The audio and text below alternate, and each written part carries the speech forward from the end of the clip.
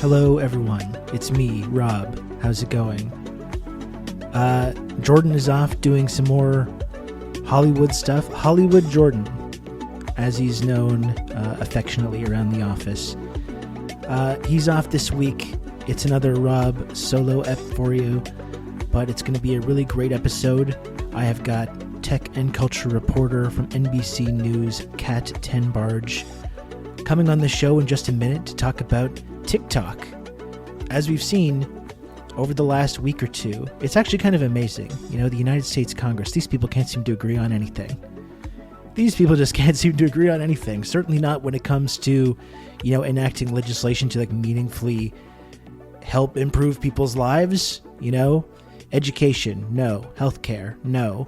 Guns, no. Housing, no. Climate, no. They can't quite seem to come together to find any bipartisan solutions to any of these big, important crises. But they did somehow find it within themselves to come together over the last week or two. This happened very quickly, and pass this bill that is an effective ban of TikTok. Really what the bill is trying to do is force the Chinese company that owns TikTok, ByteDance, to divest from the company, something that they've repeatedly indicated they have no interest in doing.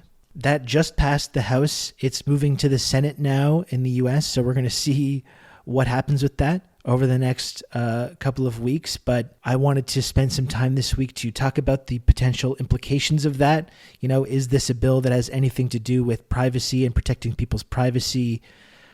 Is this going to have far-reaching consequences? Is this going to new Patriot Act giving the United States government the ability to control what kind of information people have access to? Is this going to have electoral ramifications? All kind of interesting questions came up, and it was really fantastic to talk to Kat Tenbarge about some of these important questions that are being raised right now with this potential ban of TikTok. You know what I think it is? I've been trying for a few years now to become prominent on TikTok, with not very much success. And I just recently, finally, the TikTok algorithm gods finally smiled on me, and I had a somewhat successful TikTok, a singular successful TikTok, and then immediately afterwards, as soon as I start building up some kind of a platform on there, it's being banned. Is that a coincidence? Is that a coincidence to you, folks? Yeah, I don't think so. I think there's something deeper going on here, and it has everything to do with me, Rob Rousseau, the protagonist of reality. Anyway, stay tuned for Kat Tenbarge, and we're going to answer some of these questions, or try to. And folks, if you enjoy this show and want to support it and want to get access to all our amazing bonus content, please, if you can, support the work that we do here on the Insurgents podcast by visiting insurgentspod.com and becoming a subscriber or one of our beloved paid interns. We just had another great episode earlier this week with... was it great? It was with Ken Klippenstein. He somehow evaded security at Insurgents Global HQ yet again. This man is a system of tunnels under the headquarters. I'm convinced. We've got Judy from HR down there with one of those headlamps, really scoping it out and trying to get to the bottom of how he keeps getting back in here. But regardless of that, it was a good conversation with Ken about his new piece in The Intercept, revealing that feds and federal agents, the intelligence community, is targeting extremist gamers. And considering that's how most of the audience of this program could potentially be classified, I thought that was something that we should really spend some time on. So if you want to listen to that episode, you got to subscribe. We do 2 episodes a week, 1 free, 1 bonus episode. If you enjoy listening to this show, please do support the work that we do and get access to all that bonus content. There's some really fantastic guests and episodes that you're missing out on if you are not a subscriber to this podcast. Anyway, that's enough chit-chat from me. Let's get to this conversation with NBC News tech and culture reporter Kat Tenbarge, who is going to be joining the show right after this.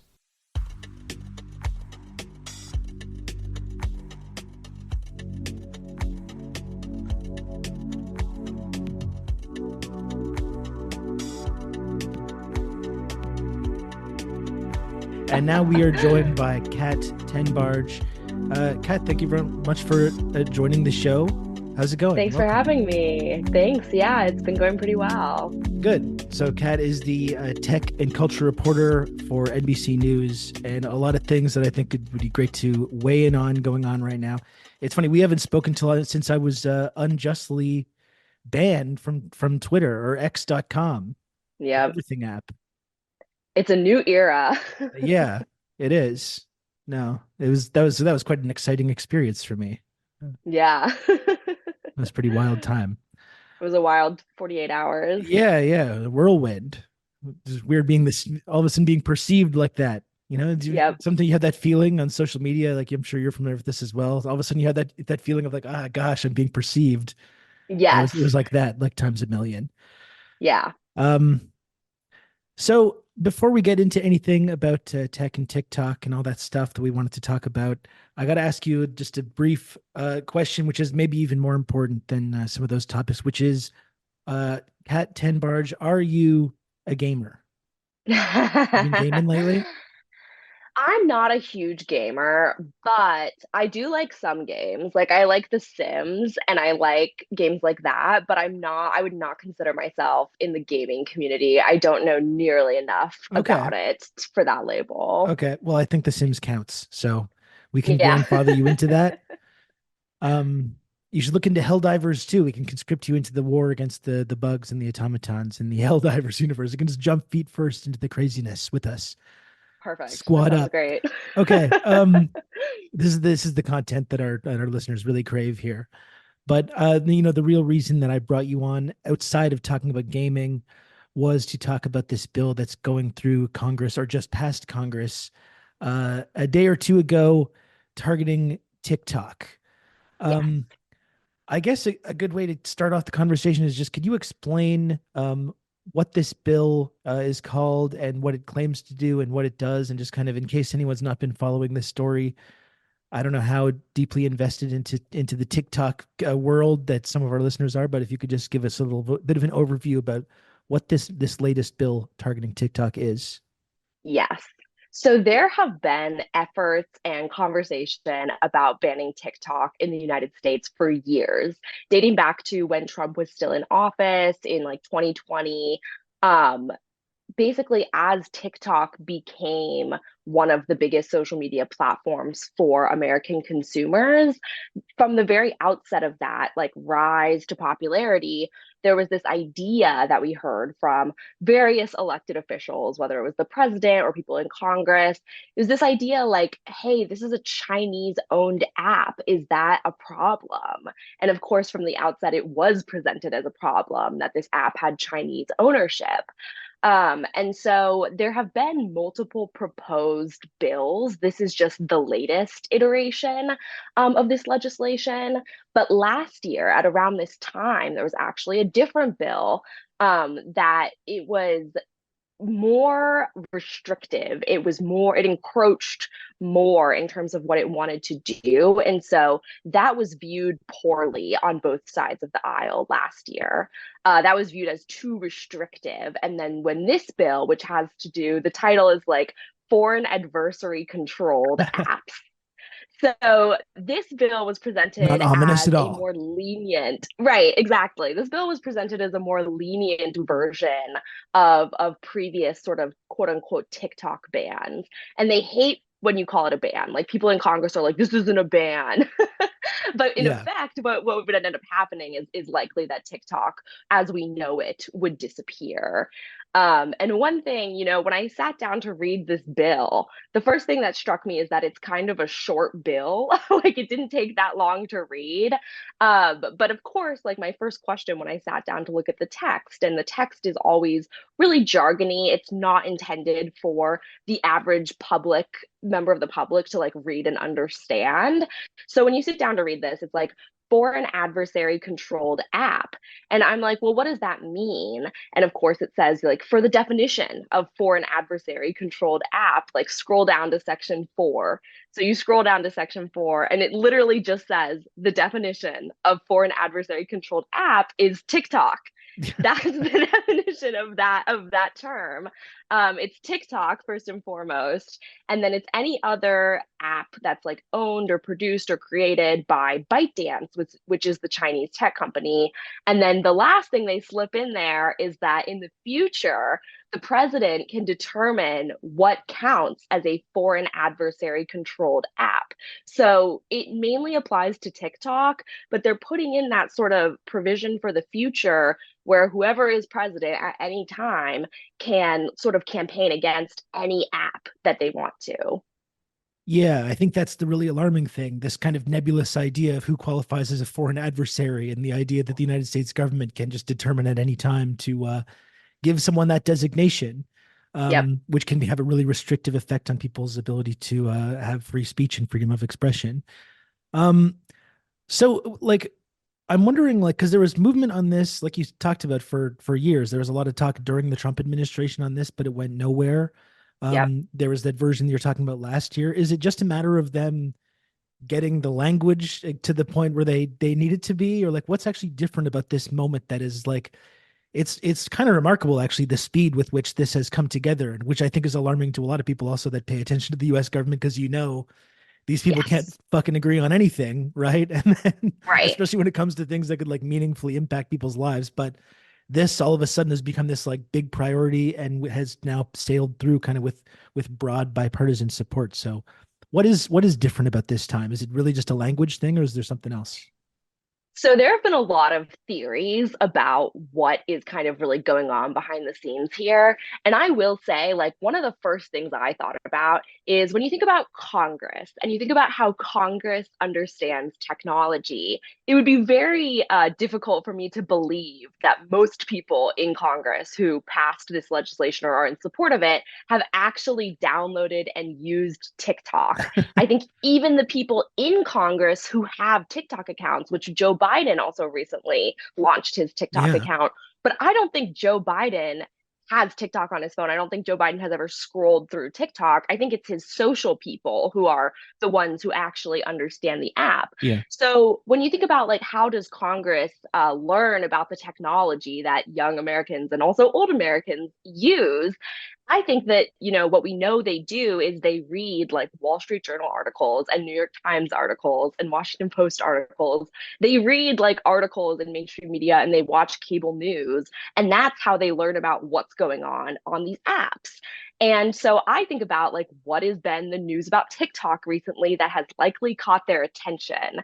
And since TikTok, again, like rose to prominence, became the fourth biggest app in the United States, right away, Meta and other kind of competitors in like the space in the social media space, they have floated and pushed these stories to their contacts in the media that suggest that TikTok is doing all of these bad things. So like for example, in like 2020 and in 2021 and in 2022, you saw a lot of articles that were like kids are following like these trends on social media, these like horrible TikTok trends, Yeah. like it Was that goes was the back Tide to Pods part of that, or was that before that? I can't I remember. think I think Tide Pods was actually even before Okay, TikTok, but okay, it's wow. very The same similar. It's concept, yeah. very similar to that concept. Like they would even recycle old kind of tall tales that have been circulating on the internet for decades, like the chubby bunny challenge,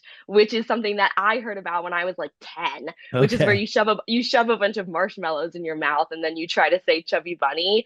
So they kind of recycled that as like a TikTok trend that wasn't a real trend where they were like, kids are going to choke to death because of TikTok. And it's like, journalists like Taylor Renz for the Washington Post, she's looked into these trends and so have other people and been like, this was one or three videos that Yeah. didn't go viral. Like you can't really constitute that this is a trend. So we've seen that sort of like aggressive anti TikTok media for years. But most recently, the stuff that was getting a lot of mainstream media traction and play is this idea that TikTok is incubating like anti Israel sentiment as well as just like anti American sentiment in general. So, like, another sort of viral hoax trend within the past 6 months or so was this idea that lots of teenagers on TikTok were reading Osama bin Laden's letter to Yeah, America. yeah, And, it's complicated because there were some viral TikToks about this, and people were absolutely like reading it because of TikToks that they saw. But it was also going viral, as is always the case. None of this is constrained to just TikTok. Whenever there's some major sure. trend or some major body of thought, it's also happening on Twitter. It's also happening on Reddit. It's also happening on all the other American social media companies. But TikTok has repeatedly been scapegoated as like the one platform that's turning kids anti-American and anti-establishment. And when I heard about, this ban passing so quickly with such unanimous support, like this proposal, I was like, I wonder if that has something to do with the recent mainstream media attention that kind of made it seem like TikTok was yet again like the scapegoat for driving all of this sentiment. And when you think about what people in Congress actually agree on, one thing that across the aisle that they tend to agree on is support for Israel. So I did wonder if that had something to do with it. I also think that it's probably also like numerous factors. So, like we talked Yeah. about previously, they did a version of this bill last year, and this one is not that different. So it could just be another thing where we're just seeing like the latest attempt at pushing this through. Yeah, no, it's interesting that you bring that up because there was a leaked phone call from the Jonathan Greenblatt of the ADL, I think, talking Yes. specifically to people about if we have a generational problem, we have a TikTok problem, and talking Yes. about the ways that American younger people in America are using this platform to talk about what's happening in Israel, Palestine, and kind of getting different perspectives on that. Um, Yep. it's just kind of interesting when we talk about like foreign influence and adversaries and who's allowed to influence what, and we kind of look the other Yes. way or encourage it when it's certain countries, but we crack down on it when it comes to other official adversaries, whoever that may be. Right. Um, and I think that's something to point out as well. You talked when you were setting this up, talking about how a lot of the proponents of this bill are saying, oh, it's not a ban. Nancy Pelosi famously now the other day said it's to make TikTok better. Tic tac Yes. toe, a winner, I think is what she said. Um, but I think in effect, from everything that I understand about this, and from the comments from the CEO and what the people from ByteDance seem to be indicating is they have no intention of selling. Like this is a bill that doesn't ban TikTok, but is trying to coerce ByteDance to disinvest from the company and to sell it to, I guess, American investors or whoever. And they seem to be pretty clear that that's not something that they're considering. So it Right. is in effect a ban of the app. And I guess so. How would that work in practice? It would be taken off the app stores, or do you know anything about like how exactly this would affect people that use the app? Yes. So I think part of, what is difficult to communicate to people, because like when you go on TikTok, whenever something like this happens, it's happened multiple times, there are people freaking out. And I understand why they're freaking out because they don't necessarily understand what's being proposed here. They just hear TikTok ban, or they get that pop up that's like, call your representatives. They're trying to ban TikTok. And they're Yeah, like, we're going to lose TikTok tomorrow. And it's like, well, it wouldn't go away tomorrow. But what would happen is, assuming that this bill passes the Senate and gets signed into law by the president, then from that moment, there's 6 months that TikTok has to be divested from ByteDance and be sold to an American company. And, one theory that I've seen thrown out there, which I think it makes sense, is like that already is a really unrealistic timeline, even if TikTok wanted to sell to an American owner, which they don't. So, within that 6 month time frame, not only do they have to find an American buyer or multiple buyers because it would be so expensive, there are very few entities that could actually afford it.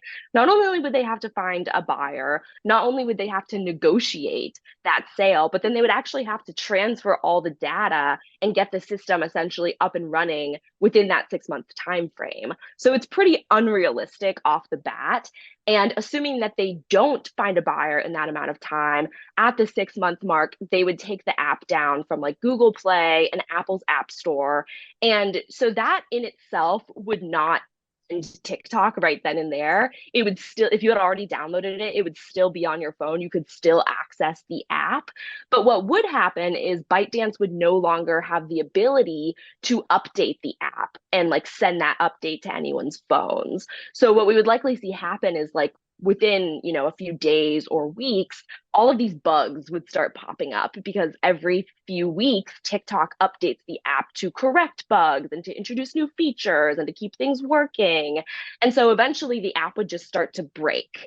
And that is how they would essentially like ban the app, is TikTok would just no longer function. Yeah. And I would like to talk about how this is being framed by the people that are supporting this bill as somehow like protecting American security or protecting people's Right. privacy specifically. This idea of like, oh, this is being done because China and on the this foreign adversary country has your data.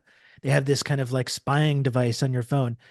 But can we talk a little bit about about whether this bill actually does that? Because this is my understanding of this is that there's plenty of things the U.S. government could do to protect people's data, not just Right. from ByteDance and China or whoever, but the American companies as well that also harvest all our data. I mean, I think that's the thing is people that kind of live there, have this life online, understand like our data is all out there.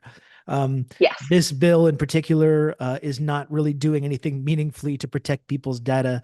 If China or whoever else wants to get your data, there are ways of doing that, right? Like that's not Right. has anything to do with about what this bill really is it?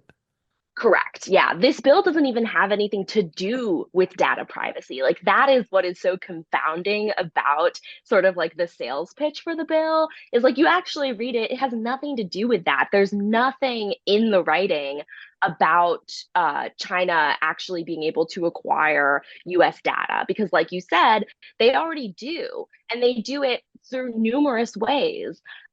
It's true that, TikTok, like all apps and all social media platforms that you download and you create accounts on, they do have access to data that they store for some amount of time. That is true. But in addition to TikTok having access to that kind of data, Facebook is actually the biggest driver of leaking American data to foreign entities. So it's just really, really ridiculous. Like, yeah, TikTok could do some of the same things, but we don't even know if they have. There's no proof, there's no expose that shows that China and like the Chinese Communist Party is looking at American data specifically through TikTok. What we do know they're looking at is data that Facebook shared with them over the course of a decade until they were caught in 2019. And Facebook had all these data sharing partnerships for a whole decade with multiple Chinese companies, including firms that had been flagged by US intelligence agents as having like strong connections to the actual Chinese government. So Facebook has done this. Like other American companies have done this. And then in addition to that, the data privacy situation in the US is so uniquely vulnerable and so uniquely bad at protecting people that all of our data is already on this third party data broker network. Our data is constantly being sold to these shadowy third parties who can then sell it to whoever they want. That's already been a massive problem. And it's so bad here with our companies that it affects everyone else around the world. So, like in the EU, for example, they have much stronger Yeah. regulations around data and privacy and technology. But because the companies that everyone uses are American social media companies, we've endangered other countries with our terrible data practices. Yeah, yeah, and you've seen tangible real world examples of Facebook having this like hugely detrimental effect, not only in America but like around the world as well. Um, Exactly. yeah, which is another interesting aspect to this. I want to ask as well because another thing that like I was looking at some of the conversations and debate going around about this bill. Another thing that the people that support the bill have been saying is that there's no way that it could be used to target other apps or websites. I think there's been a lot of people that are very justifiably concerned that this could be kind of like a Patriot Act type situation where they kind of Yes. frame it as being one thing to keep people safe and security, but all of a sudden have given themselves these incredible draconian powers to go after other apps or websites that they don't like. Um, Yep. So is like I've seen people very vehemently denying that that's possible with this bill, but what is your take on that? Do you think they're lying or what? So, I mean, the bill explicitly says, and there are a few qualifications before the president can say, like, this app, this other app or website or web platform is also a foreign adversary controlled app. So, like, there are some things written in this bill that would prevent the president from just designating any app as this foreign adversary controlled thing.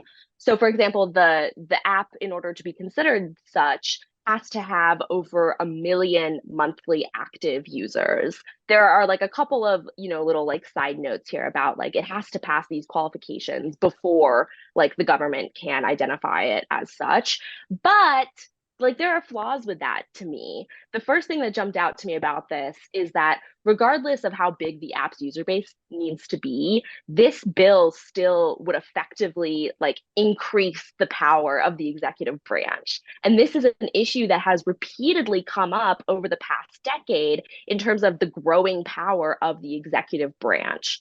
And so that was like the first red flag that stuck out to me.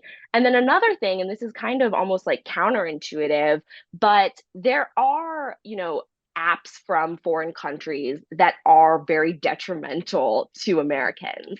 One thing that I look at a lot and have been looking at really recently is deepfake apps. Which, like, if you go on Yeah. the app stores, and this is like really like in the moment, like the type of thing that they're supposedly like trying to protect us against with bills like these deepfake apps, they're developed in countries all around the world. Some of them are developed in the United States, but some of them are developed in China. Some of them are developed in Russia. Like there are apps, being developed around the world that are on our app stores that have very little scrutiny and very little regulation around them. But because of that, like 1 million monthly active users number, I don't even think that the government would then have the power to do anything about those apps. So it really does, like, it's very outfitted for TikTok individually, and then it could be used for other things in the future. But regardless of what they're trying to do, it's like it's ineffective at anything other than TikTok or any other like major social media platform. Yeah, and I think it makes me think about how, you mentioned that there's this element about what's going on right now in Israel, Palestine right now, and the fact that there's a lot of people, especially younger people, that are getting access to a different version of the narrative that gets talked about when it comes to this subject in our mainstream media. Yes, And people in the ADL are talking about like it's this TikTok problem, or American political leaders are talking about, oh, it's the issue is TikTok, it's radicalizing these young people. When really what's like they're young people are being radicalized by the thing that's happening. That's just right. the venue that they're learning about these kinds of things. Yes, And that's kind of the interesting kind of philosophical question here that I think this opens up, which is that do people have the right to consume information that falls outside of the narrative that our media decides is the acceptable version of events, whether it's about Israel, Palestine, or any other kind of foreign policy issue or whatever. Like, you don't have to agree with that exactly. narrative, or you don't have to agree with that, but do people have this right to do that? And I think this is like possibly going to set a really dangerous example of the United States government stepping in and saying no, like you don't. If we feel like too many people are getting their minds changed over this issue that we want to have kind of strict control over the messaging on, we're going to go ahead and take these big steps to ensure that people don't have access to that platform, which is like a hugely, I think, really dangerous sort of precedent, right? It absolutely is. And that's like why the ACLU is all over this, because it clearly establishes a threat to both freedom of speech and freedom of expression. And in addition to that, it just is so nonsensical because even if you didn't have a TikTok platform, and a TikTok account, even if you had no access to TikTok whatsoever and you went on other social media platforms, you would still be seeing a lot of information that counters this official narrative. X, Twitter, it's Yeah. it's just awash with the exact same types of posts that people are seeing on TikTok. In some cases, I even think American social media companies are driving more of kind of the anti-Israel Yeah. backlash than TikTok itself. I think you could make a very strong argument that it's not really a TikTok thing. It's more of like a Twitter thing, and it's more of a YouTube thing, and it's more of like a Reddit thing. But in addition to that, I just think that it is really anti-democratic. And when they are concerned about young people being anti-American and being anti-establishment and losing faith in the democratic process and losing faith in Congress and all these other things that they're concerned about, banning TikTok is only going to make that so much worse. And just Yes. the fact that they're talking about it is making that so much worse. If you go on TikTok and you look at how people are reacting to this, it is absolutely furthering that belief that like Congress isn't acting in our best interests. Like both parties are like trying to evade real problems. Like it's already having that effect of furthering that sort of radicalization. Yeah, and I think you look at the sort of political implications as well. Like we talked about, this is a bipartisan effort, but Hmm. you also have people like Donald Trump now coming out against it, despite kind of being for it before. You have people in like the Freedom Caucus of U.S. Congress, like Marjorie Taylor Greene and Matt Gaetz, and these people, they're all coming out against it. It's not because they have these like principles about ensuring we can have access to Chinese technology or anything like that, but they recognize that it's deeply unpopular as well, and that there's going to be a constituency out there that's not going to be very happy that the United States government is doing this. And I think it's interesting to think the implications of the Biden administration overseeing the removal of this app, which is used by what's like 130 million Americans or something like that. Lots of Yeah. young people across the ideological spectrum. You have them kind of overseeing this like ban of this incredibly popular application, and then you have people like Donald Trump saying like, no, I don't think we should do it. It's in a number of ways that I think Democrats and liberals should be worried about young people and their perceptions of them. That I think is a whole new kind of angle of that, where they're going to be the ones kind of left holding the bag there as they get rid of this application that is really used by so many people. It's like it's really not going to be a good look, and I feel like it's only helping Yes. the Donald Trump MAGA movement to be promoting it. Yes. Yeah. If I like, I that was one of the big things that stood out to me was I was like, what are the Democratic strategists thinking here? And every move that they've taken thus far to communicate what this bill is about has made it worse. It reminds me of, like across the pond, how the royal family is handling this like Kate Yeah, Middleton yeah, situation. just It's throwing like gasoline on the fire. Yeah. absolutely, absolutely just throwing gasoline on the fire. And I think it really shows how these political establishments are really like having a difficult time in the modern age because their way of communicating things to the populace does not align with how social media has changed the way the populace communicates and thinks and feels. And so, like, when TikTok put up that screen for everyone in the United States that was like, call your representatives, lots of people called their representatives. Young people, like teenagers, but also elderly people, old people. There's lots of like old people on TikTok. It's Yeah, I'm really one of fun for them. them. There's yeah, there's like lots of there's the population of TikTok is actually much older than most people think it is. It's actually dominated by adults compared to kids. But so, you had tons of people across the United States calling their representatives. And instead of just saying, like, to start, we always want to hear from our constituents, instead of saying, like, this is how the democratic process works. Like, we represent you. We want to hear you. We're going to listen to what you're saying. They didn't take that tack at all. They were instead like, this is so annoying. Like, this is just proof Yeah. that like China has this direct conduit to our American people. And I'm just sitting here like the communication is just so bad. Because now, in addition, you're just making people feel like they have no way to impact the political process because the traditional way of making your voice heard is to contact your representative. And in this case, the representatives are saying like that they're sending calls to voicemail. Their voicemails are full. They don't want to talk to you. So it's like, of course, it's furthering that divide. Of course, it's incentivizing like this kind of radicalization yet again. Yeah, and we have to talk about the sort of element of xenophobia here too, about singling out Hmm. China as kind of the foreign adversary that needs to be fought against here. Like we've talked about, the whole tech sector and the social media sector is just swimming in foreign cash, whether it's from Saudi Right. Arabia or Israel or wherever else. Like there's no shortage of foreign capital that's funding a lot of these tech companies. Um, and so yeah, there's this kind of it's this part of this ongoing effort, I think, by the United States government to kind of promote this sort of civilizational conflict with China, which just Yeah. seems like it's going to have disastrous results. And I would say from a personal perspective too, like, I use TikTok, and I've never once scrolled through TikTok and seen like a Chinese official talking about like the benefits of the Belt and Road Initiative or anything like that. Any kind of Right. thing that you could classify as like a Chinese propaganda message Yep. or something like that. But what I do see though sometimes, and I think this is really cool, is like rural Chinese people just going about their lives and living their lives and enjoying their lives. And I feel like that can be kind of powerful.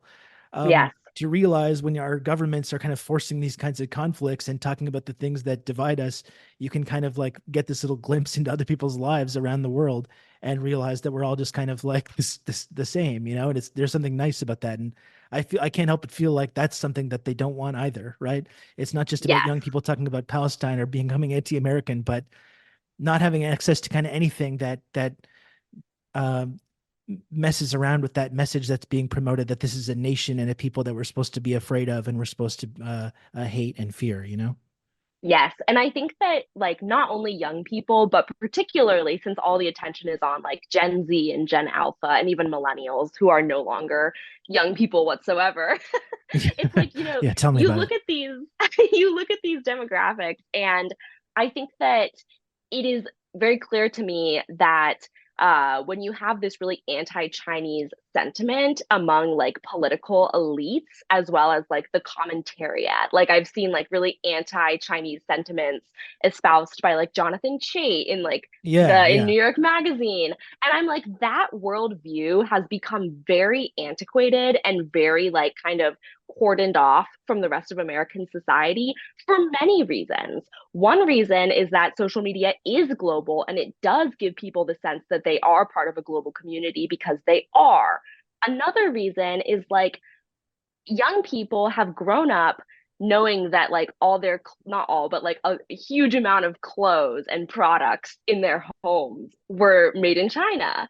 yeah, So young people and people who have grown up in this age where there's actually a lot of what appears to be collaboration between the US and China, those young people don't have that sense of like we have to hate China, we have to be against China, like China is our enemy. You don't see that at all. And I think the third thing that really reflects kind of like the whole crux of the issue here is that young people have grown up with no semblance of belief that they have privacy, that they have digital privacy. Like young people, they grew up in the age of like WikiLeaks and like Edward Snowden and Chelsea Manning, and hearing that the US government is spying on them. So when they hear that the Chinese government is spying on them, that doesn't perturb them. They're like, oh, I already know that the FBI is watching me through my webcam. Like all these yeah. memes and all of this cultural understanding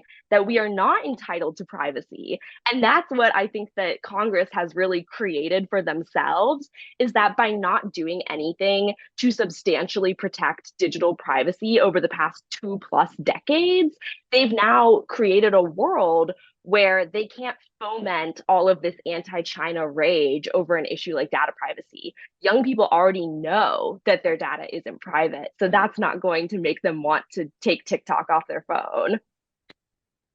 Yeah, well, it's going to be interesting to see how it develops. Like, but what do you think from you've been paying attention to this?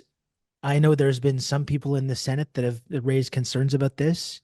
We saw pretty broad bipartisan support getting this through the House. What do you think the chances are that this is going to get passed by the Senate and signed by Biden? Biden did say that he would sign it if it ends up on his desk. So, what do you make of that? Yeah, I think that because it had such a bipartisan push through the House so quickly, I would not be surprised if it makes it through the House and ends up happening. I think that like a couple years ago, I would have said, like, no, I don't think that this is going to happen. But particularly in this current moment with social media, where like Elon Musk's acquisition of Twitter has now shown me that kind of these big upsets in the social media space are possible. They're very possible. And I actually think that, like, let's say TikTok gets purchased by an American buyer and they manage to keep the platform running. To me, that's like very possible to become like an Elon Musk 2.0 situation. Because Yeah, some of the people who have expressed interest in buying TikTok are like people like like the Steve platform Mnuchin. Kick, Steve Mnuchin, Yeah, the platform Kick, the platform Rumble. Like these conservative entities have expressed desire to buy TikTok. So they're just kind of setting us up for like X 2.0, like Elon Musk 2.0. yeah. Well, it's going to be really interesting to see. Like, I really feel like people in the United States government are underestimating the fact that people are going to lose their fucking minds if this does Yeah. go through. It would actually be very kind of funny and ironic if this was the kind of straw that broke the camel's back that like led to the entire younger generation just saying like, okay, this is enough. We've had enough now. Yeah. We're coming for you. And But I nothing would really surprise think me. Yeah, and I really think that that's possible because, especially like, and this isn't good. Like, it's not good that No. TikTok has created and engineered these features that are so compulsive. But there are a lot of people who are so hooked on TikTok that they are consuming like upwards of 12 hours of screen time a day on TikTok. That's not going to end well. If you pull that from them, that's just not going to end well. It Yeah. just isn't. It's not going to end well on a personal level or a community level. And much more broadly, I think that they're going to be shocked if it actually goes through. Yeah, and like you pointed out, not only has like Meta and Facebook been behind a lot of this campaign of kind of uh, drumming up support for people to challenge TikTok in this way, but they've also tried to kind of copy their user interface and algorithm and stuff. But I think there's this logic that people, if they lose TikTok, are just going to head on over to Reels or wherever. I don't think is really reflective of reality. It's because it's no, they haven't really been able to recreate the same sort of user experience, no matter how much they've tried. So Exactly. Like I've used Reels and I've looked at YouTube Shorts and just from a very like rudimentary like kind of examining the features, it becomes obvious so quickly that that technology is nowhere near what TikTok is. Like the editing capabilities are nowhere near TikTok's. The social features that have been built into TikTok are not replicated with like YouTube Shorts or Instagram Reels. So it's not just like an alternative, it's a copycat, but it will never fulfill what TikTok has become. yeah. Well, really interested to see how this develops, and I'll be paying attention to your coverage of this as well. And other tech issues, Kat, thanks so much for joining the program to talk to me today. Do you just want to let everyone know where they can find your work before we sign Yeah, off here? so you can find my work on NBCnews.com on my author page. I'm also still on Twitter or X, however you prefer to to label it. And then I'm I'm going down also with the ship. on yes, I'm also on Blue Sky if anyone is super over Twitter, which I completely understand. Yeah. Okay. Well, Kat, I really appreciate that you came on today. Thanks a lot, and Thanks, I'll talk to you soon. Rob. You too. Okay. Bye bye. Bye bye.